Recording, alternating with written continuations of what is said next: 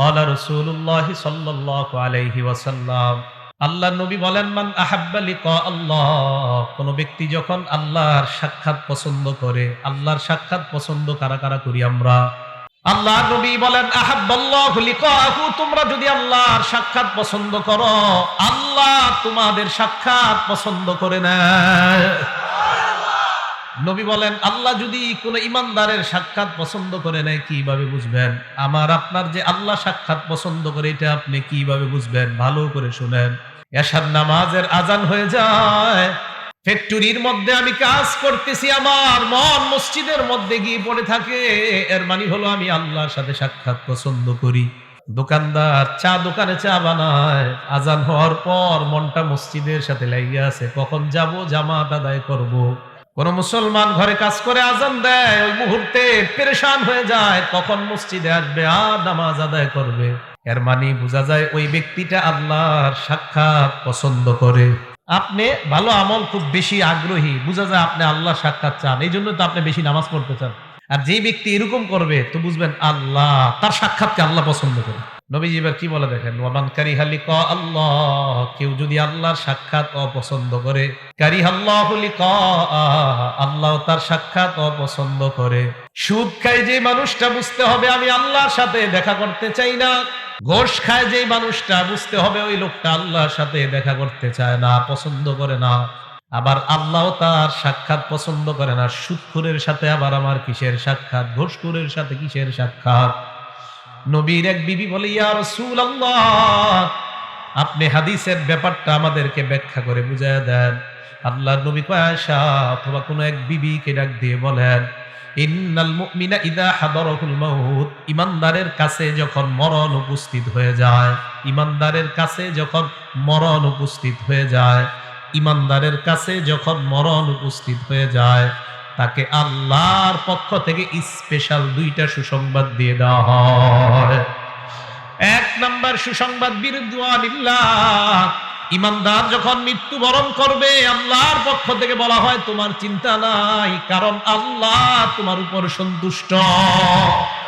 দুই নাম্বার সুসংবাদ দেওয়া হয়, ওয়া কারামাতিহি, চিন্তার কোনো কারণ নাই, কবরে যাওয়ার পর আল্লাহ তোমাকে সম্মানিত করার ওয়াদা করেছেন। ইমানদার মারা যাওয়ার সময় এক নাম্বার তাকে সুসংবাদ দেওয়া হয়, তোমার উপর আল্লাহ সন্তুষ্ট। দুই নম্বর সুসংবাদ দেওয়া হয়, আল্লাহ তোমাকে কবরে, হাসরে এবং জান্নাতে তোমাকে সম্মানিত বানাবেন, আল্লাহ এই ওয়াদা আল্লাহ করেছেন, এই সুসংবাদ দিয়েছেন। আহারে আমার আপনার মরণটা যেন এমন হয়। এবার আল্লাহ নবী বলেন, ইমানদারের যখন এমন অবস্থা হয়ে যায়, এই হাদিসের ব্যাখ্যায় মুহাদ্দিসিন কেরাম বলেন, ইমানদার মারা যাওয়ার আগে এই দুইটা সুসংবাদ মনে মনে বুঝতে পারা শুরু করে দেয়। ইমানদার আস্তে আস্তে বুঝে। তখন নবী বলেন, ফালাইসা শাইউন আহাব্বা ইলাইহি মিম্মা আমামা, তখন ইমানদারের কাছে আল্লাহর সাক্ষাৎ ছাড়া দুনিয়ার আর কোনো কিছুই তার পছন্দ হয় না। আল্লাহ নবী হাদিসের মধ্যে বলেন, ওয়া ইন্নাল কাফিরা, কাফের বান্দা ইযা হুদিরা, যখন তার মরণ উপস্থিত হয়ে যায়, বুশিরা বিউকুবাতিহি, আল্লাহ তার শাস্তির দুঃসংবাদ দিয়ে দেয়, ওয়া আযাবিল্লাহ, কবরের মধ্যে তার শাস্তি হবে এই দুঃসংবাদ দেওয়া হয়, হাসরে তার শাস্তি হবে এই দুঃসংবাদ দেওয়া হয়। তাই বেঈমান আল্লাহর সাক্ষাৎ চায় না, আল্লাহও বেঈমানের সাক্ষাৎ চায় না। আল্লাহ আমাকে আপনাকে ঈমানি হালাতে যেন মরতে পারি, আল্লাহ তৌফিক দান করেন। সকলে বলেন আমিন। কথাটা মনে থাকবে তো? আচ্ছা, এবার মন দিয়ে শোনেন। 15টা ভালো মৃত্যুর আলামত বলবো। কয়টা? খুব মন দিয়ে শুনবেন। 15টা ভালো মৃত্যুর আলামত বলবো। আজকে থেকে আল্লাহর কাছে বলবেন, আল্লাহ আমারে কোনো একটা আপনি দিয়ে দেন, ঠিক না? 15টা। 1 নাম্বার, আবু দাউদ শরীফের হাদিস, 3116 নাম্বার হাদিস, 3116 নাম্বার হাদিস আবু দাউদের। ক্বালা রাসূলুল্লাহ সাল্লাল্লাহু আলাইহি ওয়াসাল্লাম, আল্লাহর নবী বলেন, মান কানা আখিরু কালামিহি লা ইলাহা ইল্লাল্লাহ দাখালাল জান্নাহ, কোন ব্যক্তি যখন লা ইলাহা ইল্লাল্লাহ বলতে বলতে মারা যায়, এটা ভালো মৃত্যুর আলামত। মরার পর তার ঠিকানা আল্লাহর জান্নাত। মনে থাকবে তো? আল্লাহ আমার সামনে যারা, আমি সহ আমার মা বোন যারা শুনতেছে, আমাদের সকলকে আপনি মরণের সময় কালিমা নসিব করে দিয়েন। এক নাম্বার, কালিমা আল্লাহ নসিব করে দেন। দুই নাম্বারটা মন দিয়ে শুনেন, কপাল ঘামায়া যাবে। ইমানদারের একটা আলামত এটাও, মৃত্যুর সময় ইমানদারের কপাল ঘামায়া যাবে। সুবহানাল্লাহ। কপাল। নাসাই শরীফের 1828 নম্বর হাদিস, ক্বালা রাসূলুল্লাহ সাল্লাল্লাহু আলাইহি ওয়াসাল্লাম, মাউতুল মুমিনি বিআরাকিল জাবিন। ইমানদার মারা যাওয়ার সময় যদি দেখো তার কপাল ঘামায়া যায়, বুঝবা তার মরণটা বড় সুন্দর। মনে থাকবে? আবার কপাল না ঘামাইলে তারা জাহান্নামী মনে করেন না, মানে এটা একটা আলামত। কপাল ঘামিয়ে যাওয়া এটা ভালো মৃত্যুর একটা লক্ষণ। এটা হলো 2 নাম্বার। 3 নাম্বার, জুমার দিন অথবা জুমার রাত্রে যদি কোনো ইমানদার মারা যায়, জুমার দিন অথবা জুমার রাতে, জুমার দিন অথবা জুমার রাতে। তিরমিজি শরীফের 1074 নম্বর হাদিস, তিরমিজি শরীফের 1074 নম্বর হাদিস। ক্বালা রাসূলুল্লাহ সাল্লাল্লাহু আলাইহি ওয়াসাল্লাম, আল্লাহর নবী বলেন, মা মিন মুসলিমিন ইয়ামুতু ইয়াউমাল জুমআতি আও লাইলাতাল জুমআ। কোন মুসলমান যদি বৃহস্পতিবার রাত, বুঝেন, বৃহস্পতিবার রাত সূর্য ডুবার পর থেকে, বৃহস্পতিবার সূর্যটা ডুবে যাওয়ার পর থেকে জুমার রাত শুরু হয়ে যায়, বৃহস্পতিবার সূর্যটা ডুবার পর থেকে জুমার রাত শুরু হয়ে যায়। আল্লাহর নবী বলেন, এই জুমার রাত যদি কোনো মুসলমান মারা যায়, অথবা পরের দিন সূর্য ডুবার আগে যদি কোনো মুসলমান মারা যায়, আল্লাহর নবী বলেন, এই মুসলমান ইল্লা বুকিয়া ফিতনাতাল কবর, আশা করা যায় কবরের আযাব থেকে আল্লাহ তাকে হেফাজত করবেন। কবরের আযাব থেকে আল্লাহ আমাদেরকে আপনি জুমার রাত বা জুমার দিনে ইমানি হালাতে কালিমা পড়তে পড়তে সেজদা অবস্থায় মৃত্যু দিয়েন। এ হলো 3 নাম্বার। 4 নাম্বার, আল্লাহ রাস্তায় শহীদ যারা হয়, সুবহানাল্লাহ। মুসলিম শরীফের হাদিস 4835 নাম্বার হাদিস। মুসলিম শরীফের হাদিসের নাম্বারগুলো তখন মিলবে যদি হাদিস সংখ্যা হয় 7453, মোট হাদিস হবে। ক্বালা রাসূলুল্লাহ সাল্লাল্লাহু আলাইহি ওয়াসাল্লাম, আল্লাহর নবী বলেন, মা তাউদ্দুনা শাহীদা ফীকুম। এ আমার সাহাবারা, তোমরা শহীদ কাকে বলো? সাহাবারা জবাব দিলেন, ইয়া রাসূলুল্লাহ, মান কুতিলা ফি সাবিলিল্লাহ, আল্লাহর রাস্তায় যে নিহত হয় তাকেই আমরা শহীদ বলি। আল্লাহর নবী কয়, ইন্না শুহাদা উম্মতি ইযান লাকালিল। শুধুমাত্র আল্লাহর রাস্তায় শহীদ হইলে যদি শহীদ বলা হয়, তাহলে তো আমার উম্মতের শহীদের সংখ্যা বেশি হবে না। নবীজি বলেন, আমার কয় উম্মত আছে যারা মাঠে গিয়া শহীদ হতে পারবে? কি বলে দেখেন নবীজি, আমার উম্মতের শহীদের সংখ্যা এত কম হলে চলবে না। সাহাবারা কয়, হুজুর বাড়তে পারে কিভাবে? আল্লাহ নবী কয়, হ্যাঁ, তোমরা মনে রাখবা, মান কুতিলা ফি সাবিলিল্লাহ ফাহুয়া শাহীদ। যেই ব্যক্তি আল্লাহর রাস্তায় শহীদ হয়, নিহত হয়, সেও শহীদ। নবী বলেন, ওয়ামান মাতা ফি সাবিলিল্লাহ, আল্লাহর রাস্তায় বের হইয়া রাস্তার মধ্যে যদি কেউ মারা যায়, আল্লাহ তাকেও শাহাদাতের মর্যাদা দিয়ে দেয়।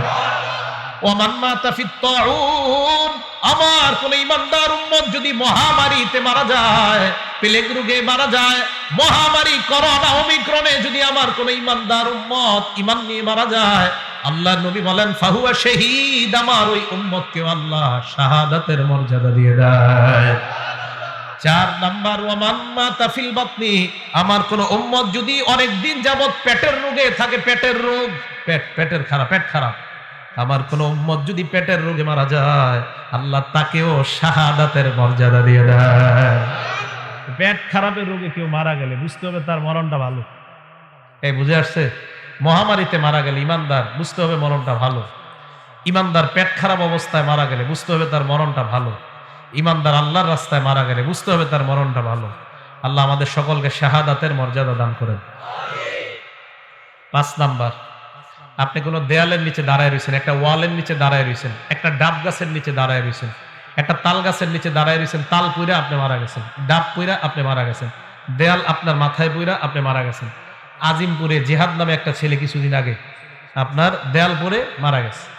তা আপনারা এরকম কোন দেয়ালের নিচে দাঁড়িয়ে আছেন, মারা গেছেন। বুখারী শরীফের 652 নম্বর হাদিস, ক্বালা রাসূলুল্লাহ সাল্লাল্লাহু আলাইহি ওয়াসাল্লাম, আল্লাহর নবী বলেন সাহিবুল হাদাদ, আমার উম্মতের কোন ব্যক্তি যদি দেয়াল ধসে অথবা কোনো কিছু ধসে তার উপর পড়ে আর সে মারা যায়, আল্লাহ আমার এই উম্মতটাকেও শাহাদাতের মর্যাদা দিয়ে দেয়।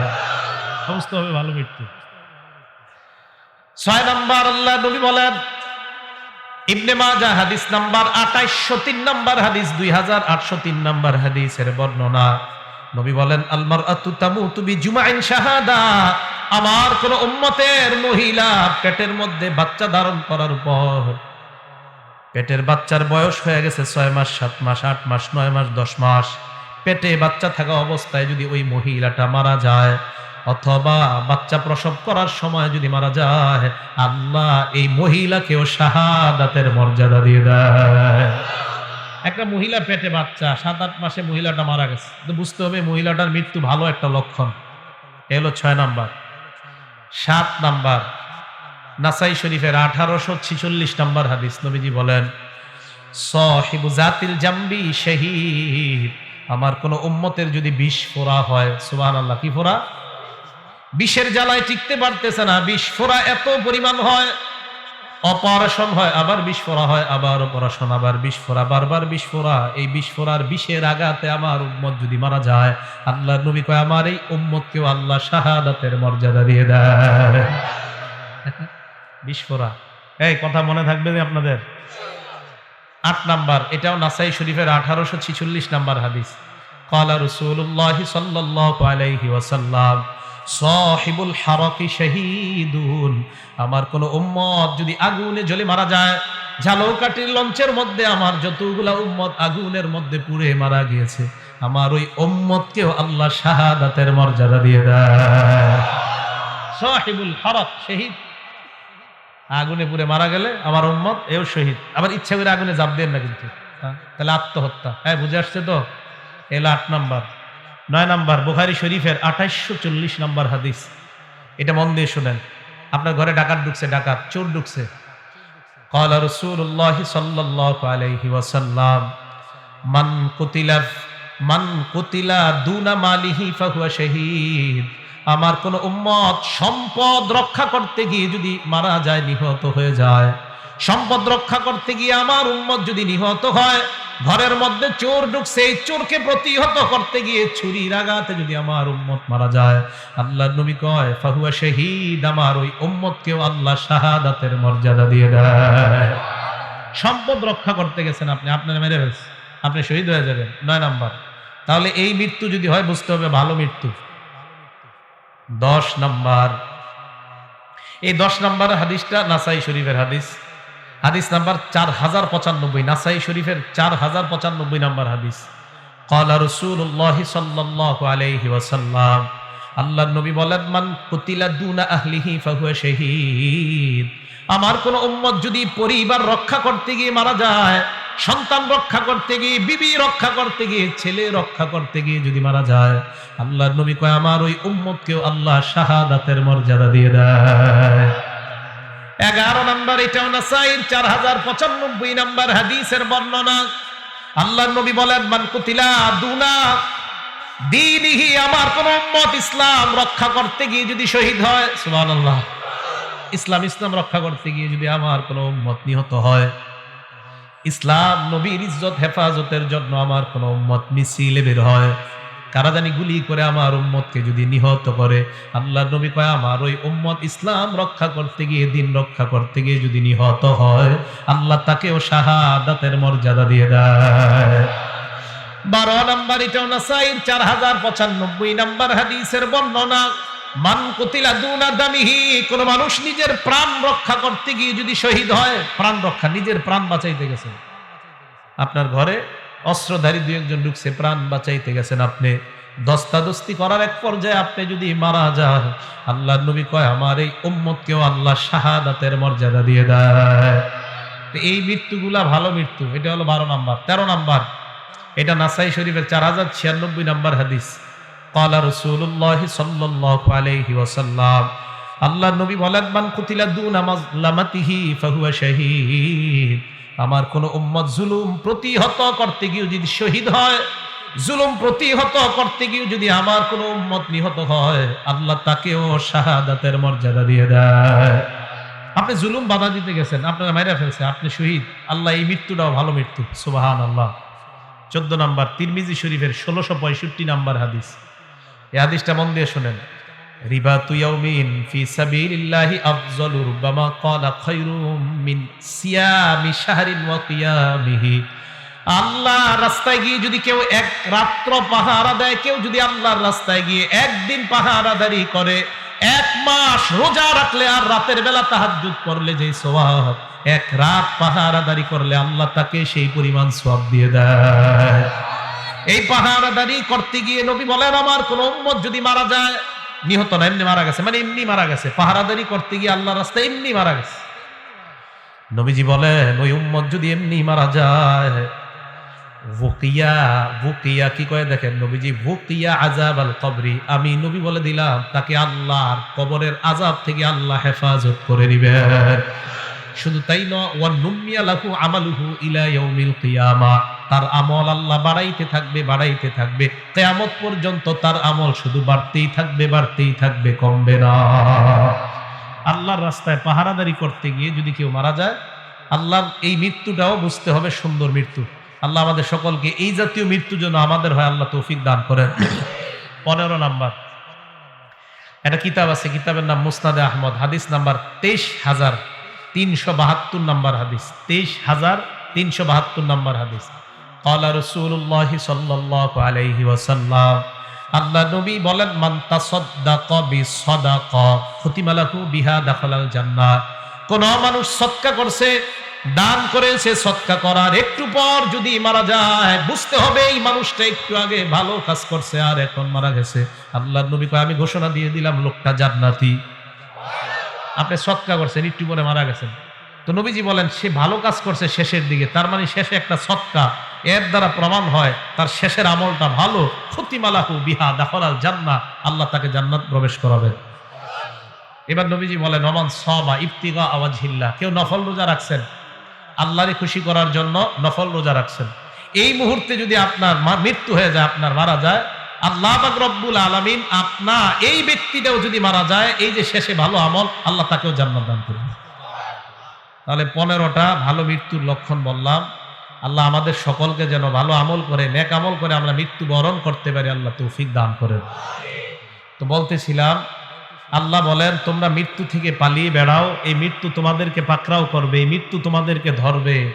আল্লাহ আমাদের সকলকে মরণের প্রস্তুতি যেন আমরা নিতে পারি, আল্লাহ তৌফিক দান করেন। এবার আপনাদেরকে বিখ্যাত একটা হাদিস শোনাবো। হাদিসটার কিতাবের নাম মুসনাদে আহমদ, হাদিস নাম্বার 18,557 নাম্বার হাদিস।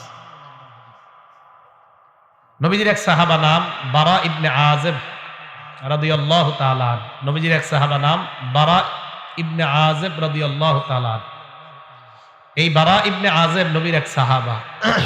উনি বলেন, খরজনা মা রাসূলিল্লাহি সাল্লাল্লাহু আলাইহি ওয়াসাল্লাম ফি জানাজাতি রাজুলিন মিনাল আনসার।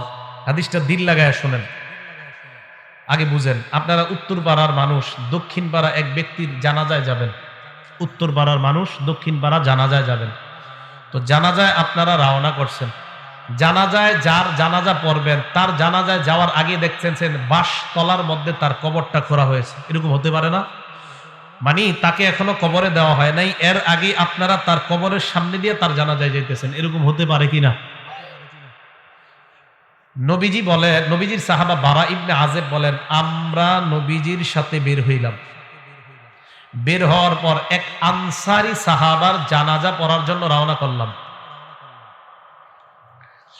রওনা করার পর আমরা যাইতে যাইতে আনসারী সাহাবার জানাজায় যাওয়ার আগে তার কবরের সামনে দিয়ে আমরা যাইতে লাগলাম।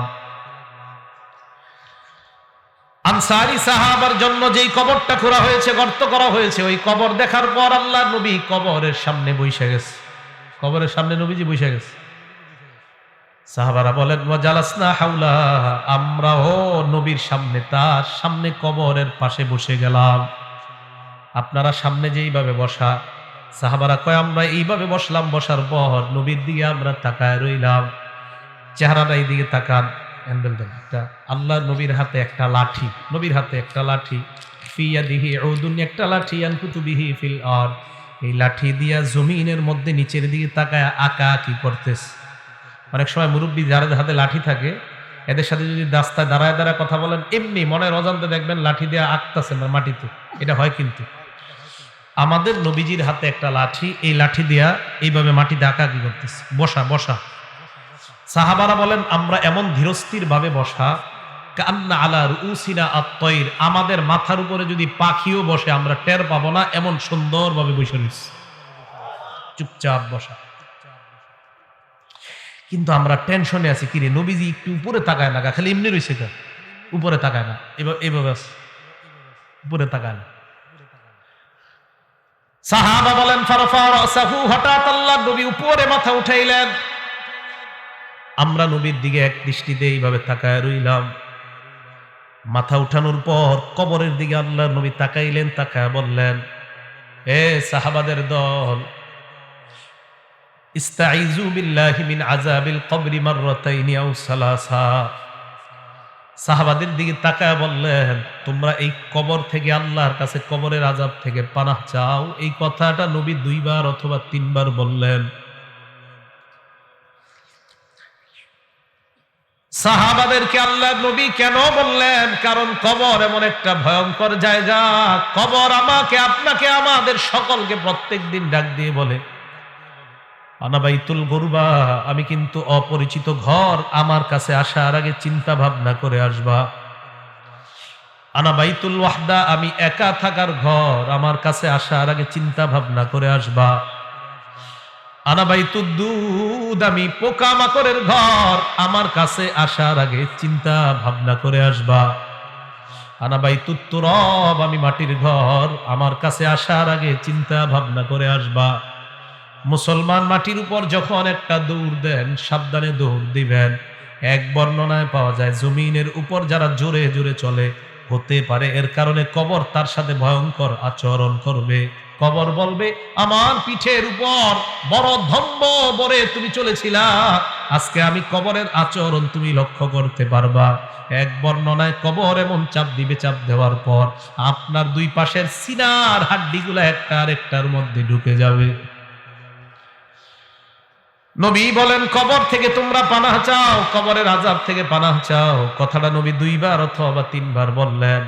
এবার আল্লাহর নবী কয়, জানোনি কেন? ফাইন্নাল আবদাল মুমিনা ইযা কানা ফি ইনকিতাইম মিনাদ দুনিয়া ওয়া ইকবালিম মিনাল আখিরাহ। মুমিন যখন দুনিয়া থেকে বিদায় নেওয়ার সময় হয় আর আখিরাতের দিকে যখন মুমিন রওনা করা শুরু করে দেয়, নাজালাত ইলাইহি মালাইকাতুম মিনাস সামা বিদুল ওয়ুজুহ, সুন্দর চেহারাওয়ালা আল্লাহর হাজার হাজার ফেরেশতারা ওই ঈমানদারের আত্মাকে স্বাগত জানানোর জন্য উপস্থিত হয়ে যায়।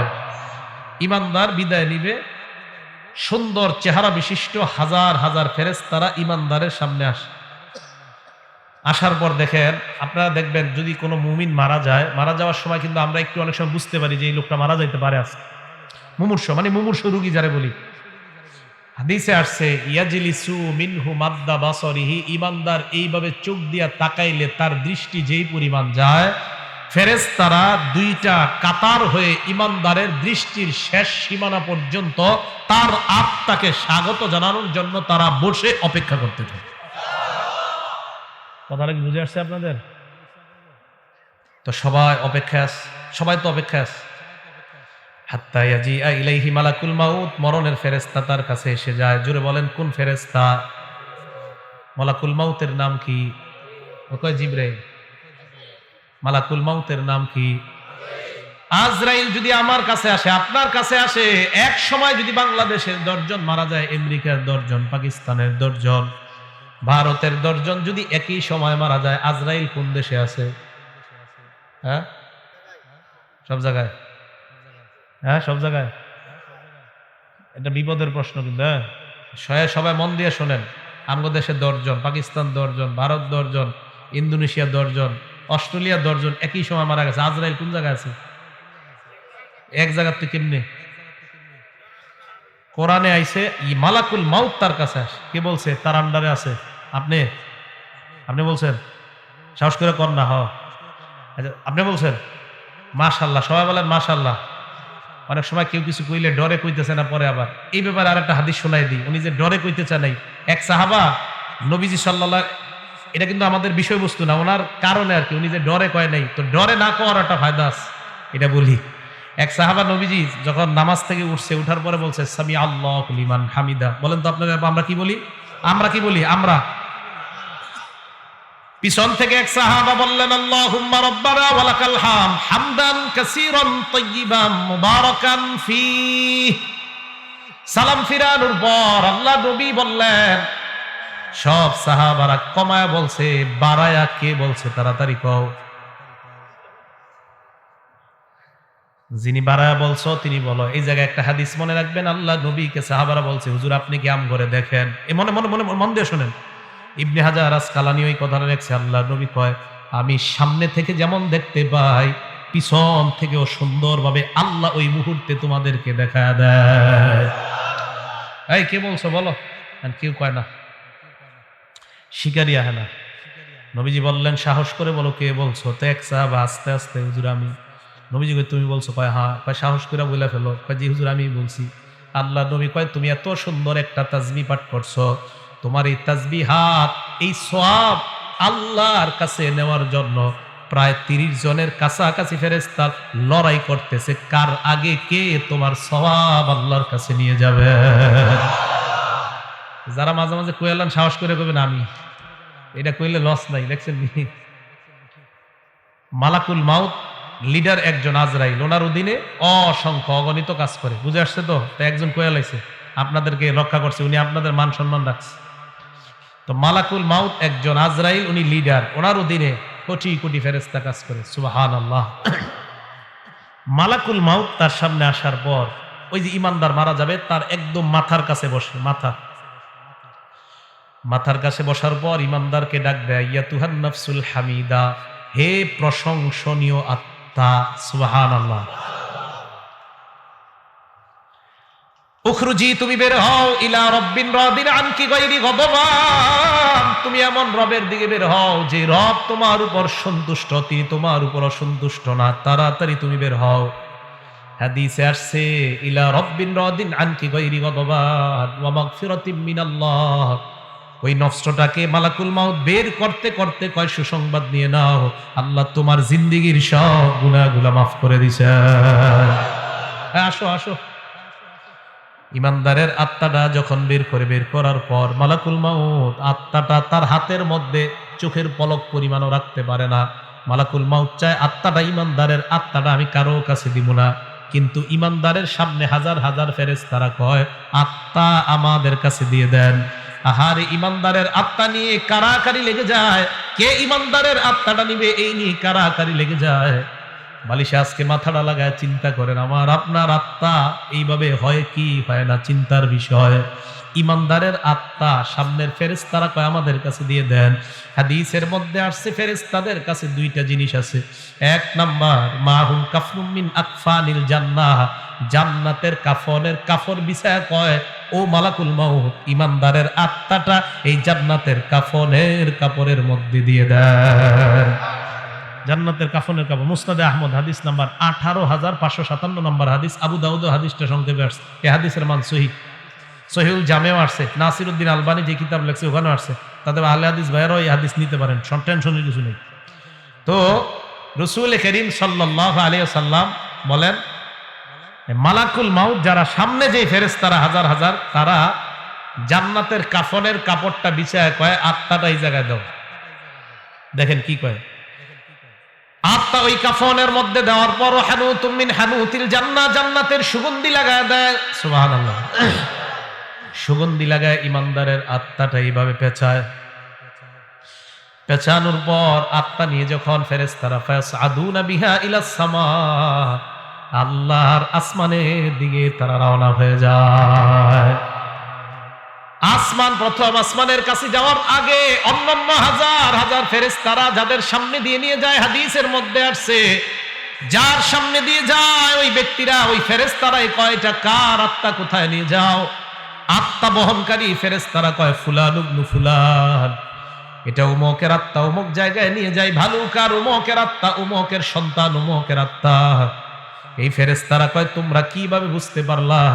কয় আমরা এমন সুন্দর একটা ঘ্রাণ পাইলাম, এত সুন্দর ঘ্রাণ এই দুনিয়ার অন্য কোথাও আমরা পাই না। ইমানদারের আত্মা থেকে এত সুন্দর ঘ্রাণ বের হয়। আত্মা কোথায় নিয়ে যাও? কয় আসমানে নিয়ে যাই। প্রথম আসমানের কাছে যাওয়ার পর আসমানের দরজা খুলে দেওয়া হয়। প্রথম আসমানের ফেরেশতারা, হাদিসের মধ্যে আল্লাহ নবী বলেন, যত ফেরেশতাদের সামনে দিয়ে আত্মাটা যায়, প্রত্যেক ফেরেশতা স্বাগত জানাইতে জানাইতে আত্মা উপরের দিকে পাঠায় দেয়। 2 নাম্বার আসমান, 3 নাম্বার আসমান, এইভাবে 7 আসমানের উপর আত্মা যখন চলে যায়, আল্লাহ পাক রব্বুল আলামিন বলে, ফেরেশতাদের দল এবার থাম, আর আত্মা উপরে উঠানোর কোনো প্রয়োজন নাই।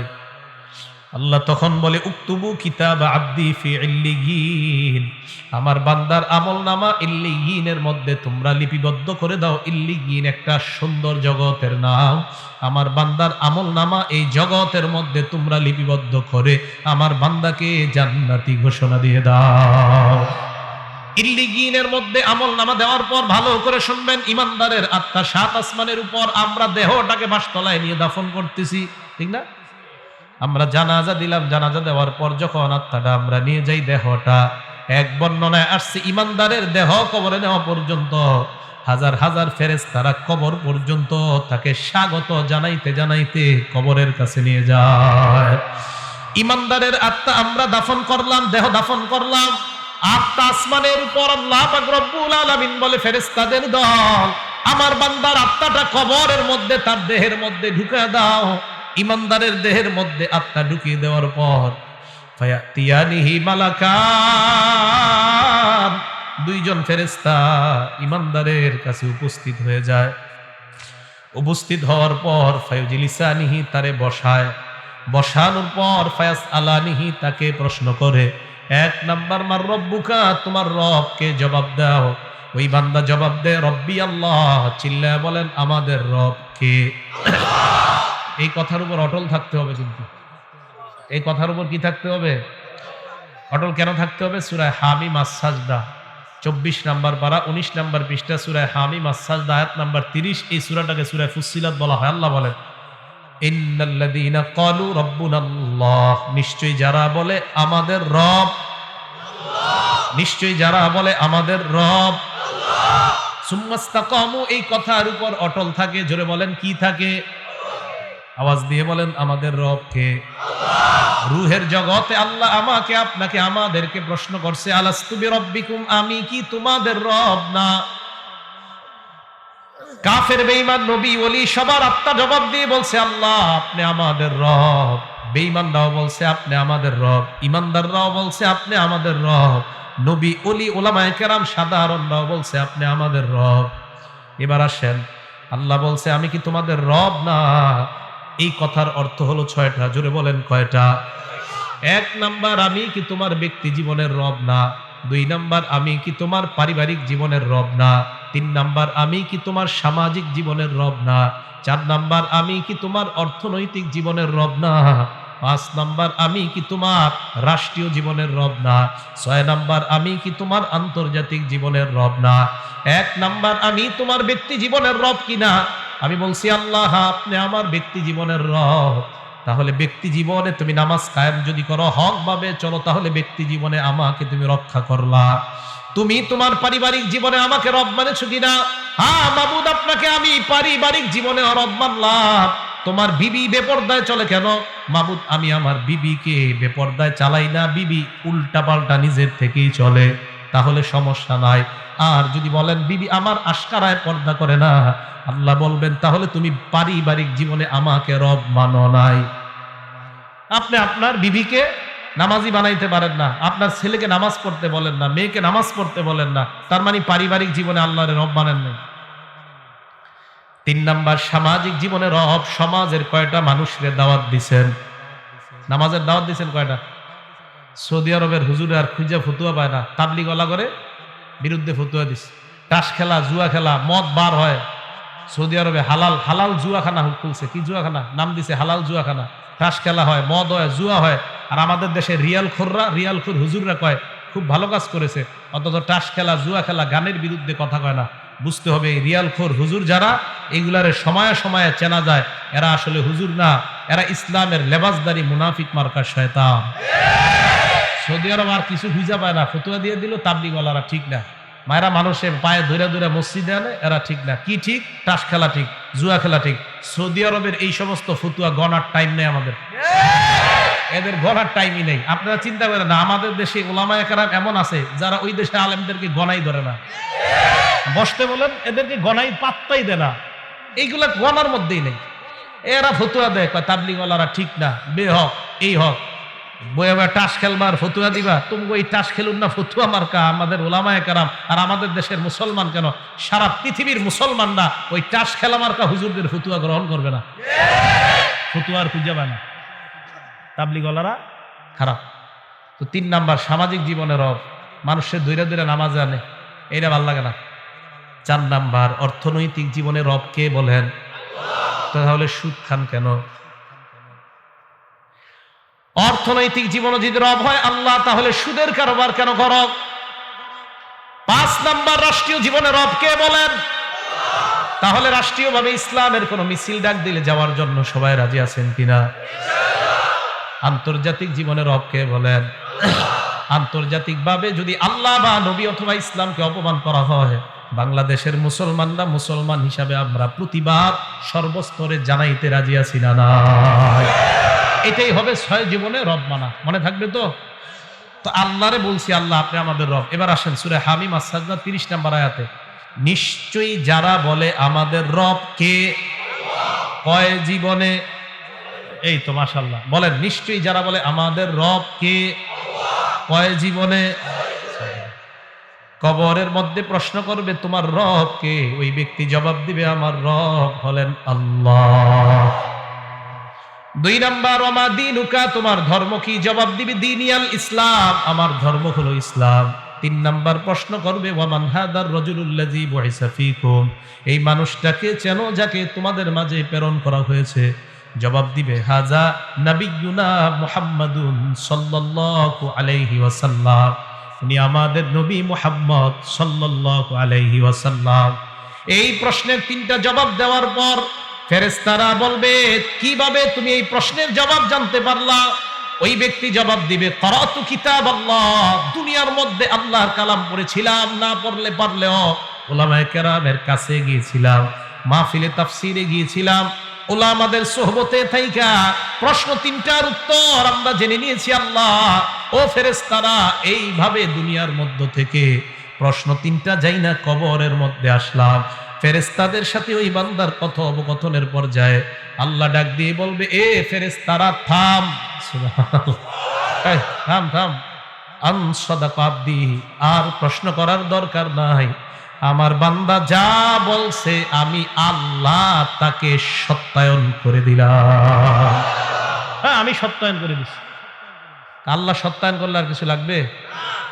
এবার দেখেন সত্যায়ন করার পর আল্লাহ কি কয় দেখেন, আহারে আমি আপনি আমরা আমাদের আব্বা আমাদের দাদা মারা গেলে, হ্যাঁ আমি আমার আব্বারে দাফন করছি, মনে আছে? ডিসেম্বরের 5 তারিখ 9টা বাজে, ডিসেম্বরের 4 তারিখ মারা গেছে, 5 তারিখ 9টার দিকে দাফন করছি। কবরে নাইমা মাটিটা আমি হাত দিয়ে ওই দিন দেখছিলাম, প্রচন্ড ঠান্ডা দেখছিলাম, অনেক ঠান্ডা অনেক ঠান্ডা। তখন মনে হয়েছিল যে দুনিয়াতে মা বাবা সন্তানরে কত সুখ শান্তিতে রাখা যায়। শীতকালে একটা সন্তান কষ্ট পাবে, কোনো বাবা চায় না, মা চায় না, অথচ আমি আপনি আমরা আমাদের বাবাকে 3টা পাতলা কাপড়ে ওই প্রচন্ড ঠান্ডা মাটির নিচে রেখে আসি। আমি আপনি আজকে মারা গেলে আমার আপনার সাথে এলাকাবাসী এটাই করবে, এটাই চূড়ান্ত সত্য কথা।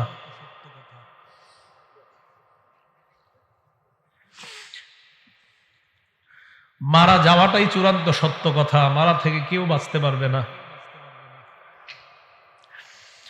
আল্লাহ ডাক দিয়ে বলবে আফরিশুহু মিনাল জান্নাহ, আমার বান্দারে পাতলা পোশাকে দুনিয়ার মানুষ কবর দিছে, তারে জান্নাতের পোশাক পরায়া দাও।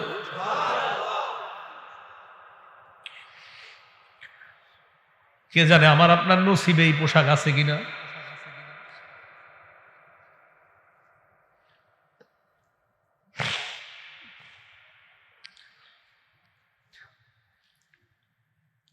এই কথা বলার পর আল্লাহ বলবেন আফরিশুহু মিনাল জান্নাহ ওয়া আলবিসুহু মিনাল জান্নাহ।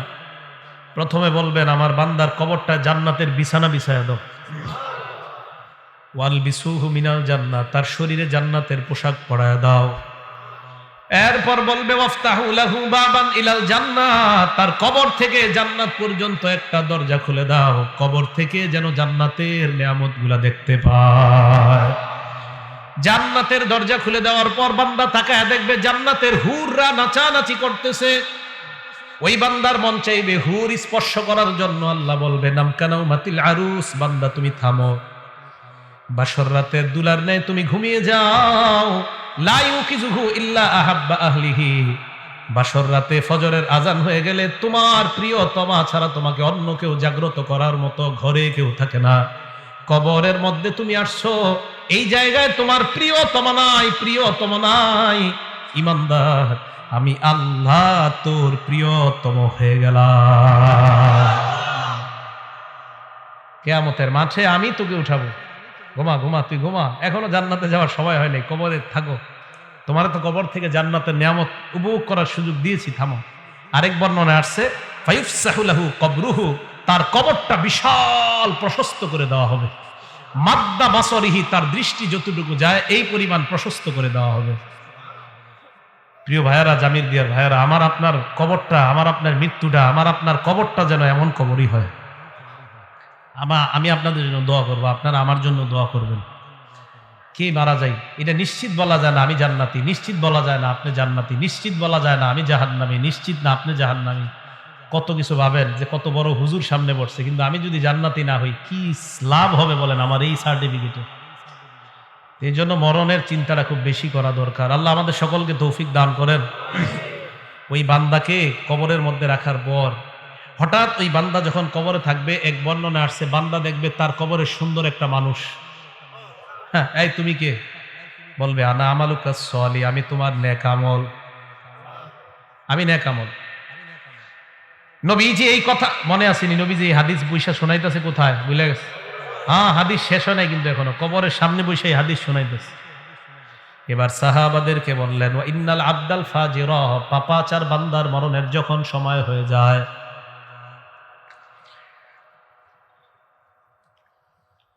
ইজা কানা ফি ইনকিতাইম মিনাদ দুনিয়া ওয়া ইকবালিম মিনাল আখিরা, পাপাচার বান্দা যখন দুনিয়া থেকে বিদায় নেওয়ার সময় হয়, নাজালাত ইলাইহি মালাইকাতুম মিনাস সামা সুদুল ওয়ুজুহ, ফেরেশতাদের চেহারাগুলো হবে বড় ভয়ঙ্কর, কালাকৃতি বিশিষ্ট হাজার হাজার ফেরেশতারা তার সামনে আসবে।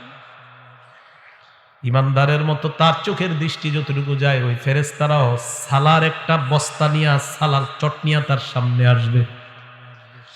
হাদিসে আসছে মাহুমুল মাসুহ, এইগুলা নিয়ে তার সামনে উপস্থিত হওয়ার পর ওই বান্দার সামনে ইয়াজিয়া ইলাইহি মালাকুল মাউত হাত্তা ইয়াজিআ ইলাইহি মালাকুল মাউত, মরণের ফেরেশতা আসবে। আসার পর তার মাথার কাছে বসবে, বসার পর বলবে আইয়াতুহান নাফসুল খাবিসা, হে খারাপ আত্মা উখরুজি, তুই বের হ। ইমানদারের কথাটা ভুল হয়ে গেছে একটা জায়গায়, একটু ভুল মানে ভুলে একটু জায়গা বলি নাই। ইমানদারের আত্মাটা যখন বের হবে, আমি আপনাদেরকে দৃশ্যটা দেখাই। ইমানদারের আত্মা বের হবে কিভাবে দেখেন, হাদিসে নবীজি দেখাই দিচ্ছে। এই যে এইভাবে তাকান, এদিকে তাকান সবাই, দেখেন পানি পড়তেছে না, এই শেষে ফোঁটাগুলা পড়তেছে না, শেষে নবীজি বলেন তাসিলু কামা তাসিলুল কাতরাতু মিন ফিস সিকা, একটা পাত্রের শেষের দিকের ফোঁটাগুলা যেমন আস্তে আস্তে সুন্দর মতো পড়ে, ইমানদারের আত্মাটা এইভাবে সুন্দর মতো তার থেকে বের করে নেওয়া হয়। এবার আল্লাহ নবী বলেন পাপাচার বান্দার সামনে যখন ফেরেশতা আসবে, আসার পর তাকে বলবে হে খারাপ আত্মা, তুই বের হ। খারাপ আত্মাটা যখন বের হবে, বর্ণনার মধ্যে আসছে লোহা ভিজা রুইয়ের মধ্যে যদি আপনি লোহা ঢুকান, ওই ভিজা রুইগুলা থেকে লোহাটা বের করা অনেক কষ্টকর, ভিজা রুই থেকে লোহাটা বের করা কষ্টকর। অথবা তাকান, আমার আপনার পশমের গোড়ায় গোড়ায় যদি কাঁটা দিয়ে আঘাত করা হয় যেমন কষ্ট হয়, লোহা ওই রুই থেকে তুলা থেকে বের করা যেমন কষ্ট হয়, আরে পাপাচারের আত্মাটা এইভাবে কষ্ট দিতে দিতে তার থেকে বের করা হয়। আল্লাহ আমাদেরকে আপনি সুন্দর মৃত্যু দিয়েন, আল্লাহ আমাদেরকে আপনি সুন্দর মৃত্যু দিয়েন। জুমার দিন নামাজরত অবস্থায় সিজদার মধ্যে আল্লাহ ইমানি হালাতে কপালটা ঘরমুক্ত অবস্থায় যেন আমরা দুনিয়া থেকে বিদায় নিতে পারি, আল্লাহ তৌফিক দান করেন। পাপাচার বান্দার আত্মাটা মালাকুল মাউতের হাতে আসার পর ওই মালাকুল মাউত আত্মাটা নিয়ে রাখার পর সামনের ফেরেশতারা কয় এটা তাড়াতাড়ি সালার বস্তায় ঢুকাও, গন্ধে টিকতেছি না।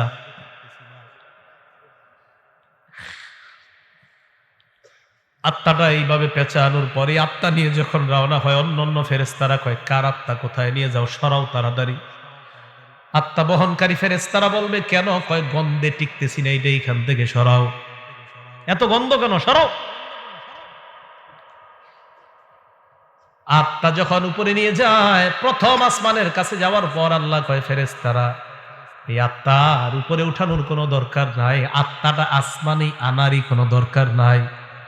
উক্তুবু কিতাব আবদি ফি সিজ্জিন, আমার বান্দার আমলনামা সিজ্জিন নামক জায়গার মধ্যে লিপিবদ্ধ করে দাও। চিল্লায়া বলেন নাউজুবিল্লাহ। আমলনামা ওই জায়গায় লিপিবদ্ধ করে দেওয়ার পর আমরা পাপাচার বান্দার দেহটা কবরের মধ্যে রাখলাম। কবরে রাখার পর আল্লাহ বলেন তার আত্মা কবরে তার দেহের মধ্যে ঢুকিয়ে দাও। কবরে তার দেহের মধ্যে আত্মা ঢুকিয়ে দেওয়ার পর ফায়াতিয়ানিহি মালাকান, দুইজন ভয়ঙ্কর ফেরেশতা আসবে, মাথার চুলগুলা পায়ের মধ্যে পড়বে। দেখতে চোখগুলা মনে হবে ভয়ঙ্কর চোখ বিশিষ্ট ফেরেশতারা আইসাই বলবে ইউজিলিসানিহি, তাকে বসাবে। ওই বান্দা তাদের দিকে তাকায় তার অবস্থা খারাপ হয়ে যাবে। প্রশ্ন করবে মার রব্বুকা, তোর রবকে জবাব দে। বান্দা বলবে হা লা আদরি, এই প্রশ্নের জবাব আমার জানা নাই। 2 নাম্বার ওয়ামা দিনুকা, তোমার ধর্ম কি, জবাব দাও।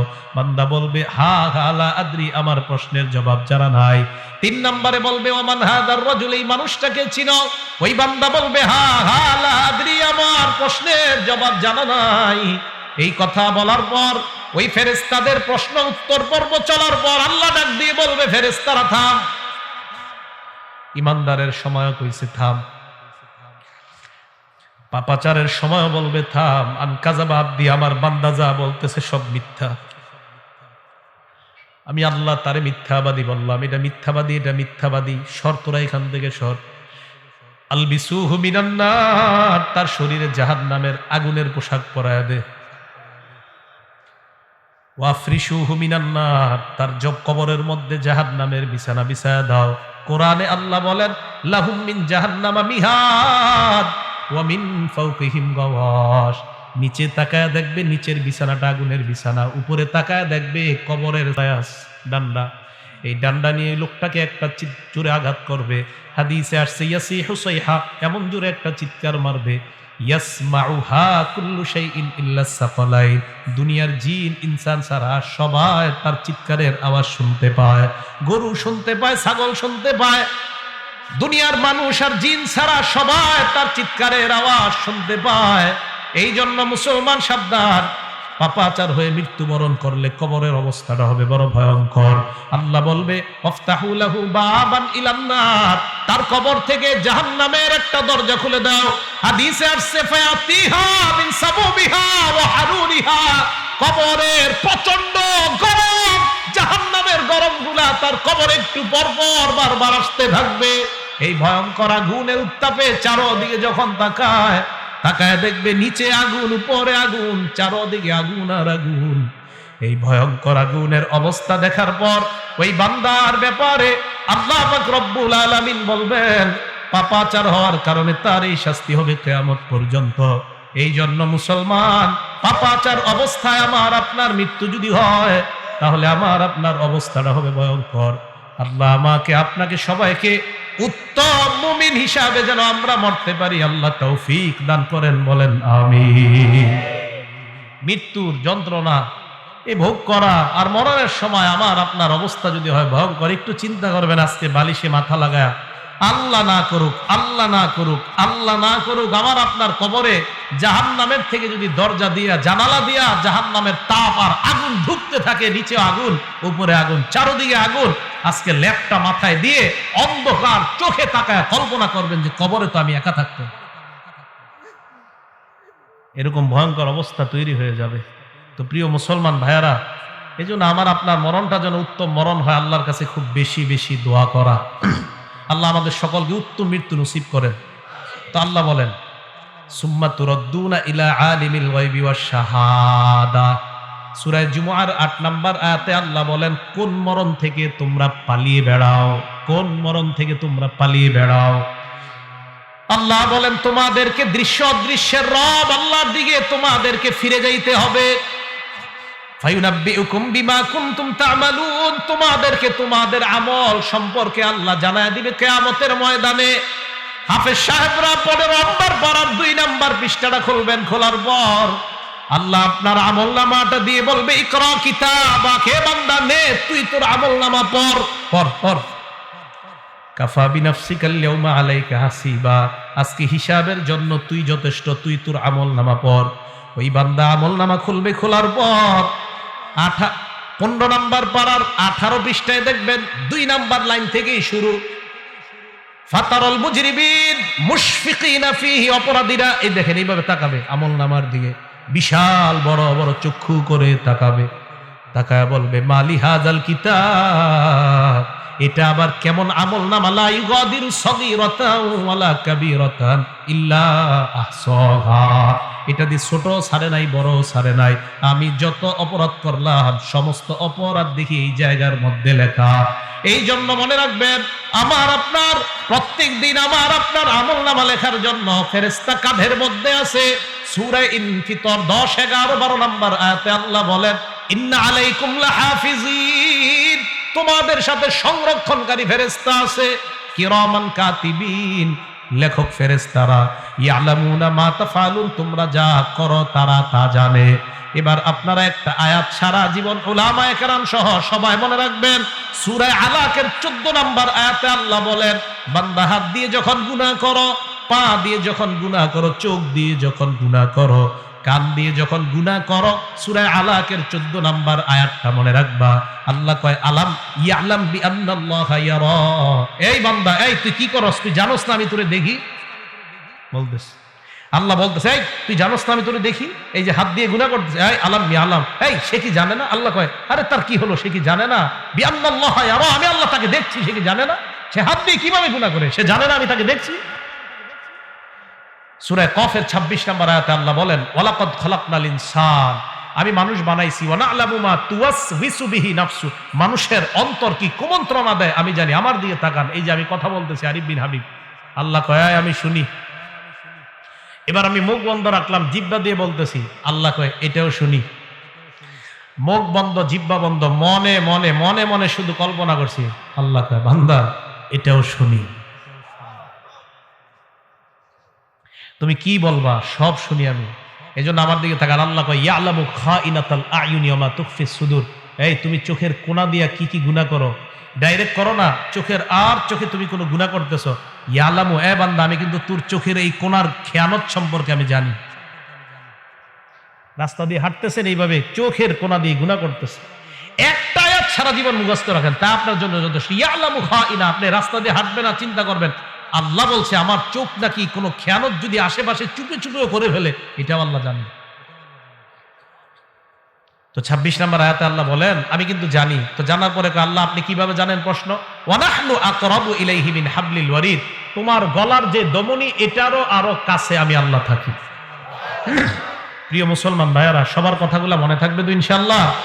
তাহলে মৃত্যুর যে ভালো 15টা লক্ষণ বলা হলো, এই লক্ষণগুলো আমরা মনে রাখবো এবং আমরা বেশি বেশি আমল করব, মৃত্যুর প্রস্তুতি নিব। আল্লাহ পাক রব্বুল আলামিন আমাদের সকলকে মৃত্যুর প্রস্তুতি নিয়ে আমরা যেন কবরে যাওয়ার আগে ইমানদার হয়ে মুমিন হয়ে কবরে যাইতে পারি, আল্লাহ তৌফিক দান করেন। আব্দুল্লাহ ইবনে আব্বাস বলেন, বয়ান হবে কম, আমল হবে বেশি, আজকে থেকে বেশি বেশি আমল করার তৌফিক দান করেন। আল্লাহ আমাদের সকলকে জীবনের পিছনের যে গুনাহ খাতাগুলো আমরা করেছি সমস্ত গুনাহগুলো আল্লাহ মাফ করে দেন। আমিন। ওয়া আখিরু দাওয়ানা আলহামদুলিল্লাহি রাব্বিল আলামিন।